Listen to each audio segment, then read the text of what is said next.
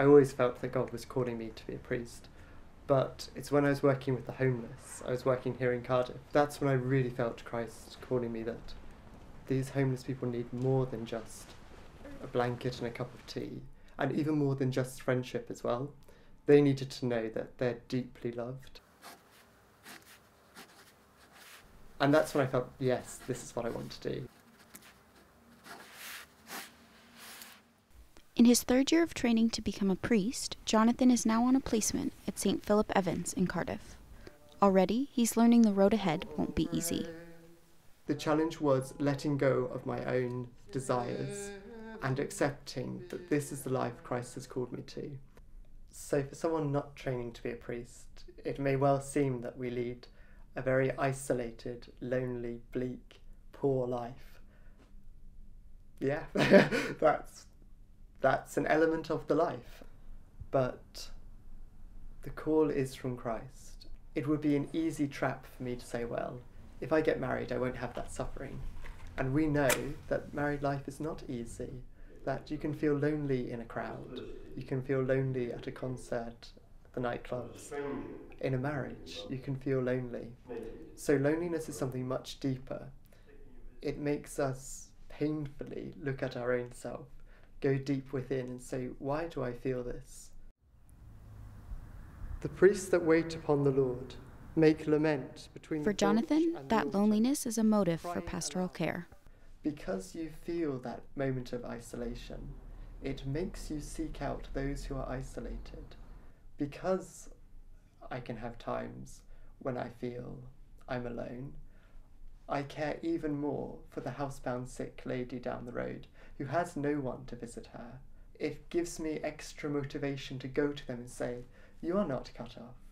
God is with you. But it seems that God is with fewer of us these days. In the last census for England and Wales, the number of Christians fell by nearly 13% in just 10 years, and those of no religion now make up for 1/4 of the population. The priest at St. Philip Evans knows this firsthand. There has been a decline in the number of people attending Catholic services. No doubt the sex abuse scandals have dented the faith and the confidence of some, but I think the greater reason is the gradual slide of Western society towards believing less and less in God. But it isn't just the pews that are slowly emptying, it's also the number of men behind the altar. It would be a mistake to look at it like any other job, because it's not that kind of job. It's God himself who's calling men to him. So does that mean God is calling fewer men now than he did in the past? Of course not. It's just that for several reasons, it can be harder for us to hear the voice of God. And that's the reason why vocations seem to have gone down. It's not that God has stopped calling, it's that basically we've stopped listening. For someone becoming a priest, it isn't just about studying scripture.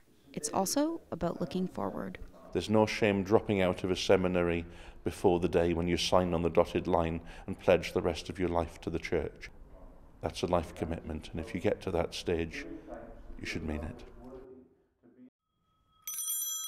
At 26 years old, it's a big commitment to make. And when Jonathan says he's still questioning. Every day I say to God, are you sure you want me? And then I list all my faults to him as though he doesn't know them.